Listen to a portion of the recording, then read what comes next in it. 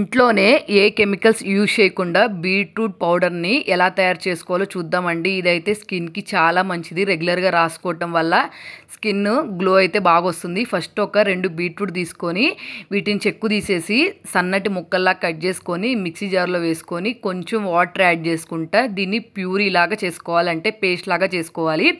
Next ఈ పేస్ట్ని మనం ఒక కాటన్ శారీ కానీ లేకపోతే కాటన్ బన్నీ కానీ యూజ్ చేసి ఈ పేస్ట్లో నుంచి గుజ్జు అంతా కిందకు వచ్చేటట్టు అయితే ఇలా వడకట్టేసుకోవాలి.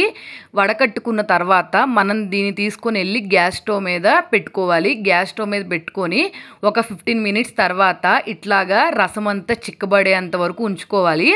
ఇది చల్లారిన తర్వాత మనం ప్లేట్ తీసుకొని ప్లేట్లో ఒక 3 గరిటెలు బియ్యపిండి అయితే తీసుకున్నాను. ఈ బియ్యపిండికి ఎంతైతే వాటర్ అవసరం పడతాయో అంటే ఇందాక మనం బీట్రూట్ని ఉడకబెట్టుకొని ఉంచుకున్నాం కదా ఆ వాటర్ని దీంట్లో మిక్స్ చేసుకుంటా చూసుకోవాలి. ఎక్కువ మిక్స్ చేసామంటే జావ అయిపోతుంది. చూసుకొని మిక్స్ చేసుకోవాలి. ఇది ఇలా పొడి పొడిలాడుతూ రావాలి. దీన్ని ఒక 1 డే మొత్తం ఎండలో ఎండబెట్టాలి బాగా. దీన్ని ఎండలో ఎండబెడితేనే 1 year వరకు మనకి స్టోర్ ఉంటుంది. ఇట్లాగ ఎండబెట్టిన తర్వాత దీన్ని మెత్తటి పౌడర్ లాగా మిక్సీ చేసేసుకొని మనము స్టోర్ చేసుకున్నాం అనుకోండి 1 year అయితే స్టోర్ ఉంటుంది. దీన్ని ఫేస్కి కానీ హ్యాండ్స్కి కానీ అప్లై చేసుకోవచ్చు. వీడియో నచ్చితే సబ్స్క్రైబ్.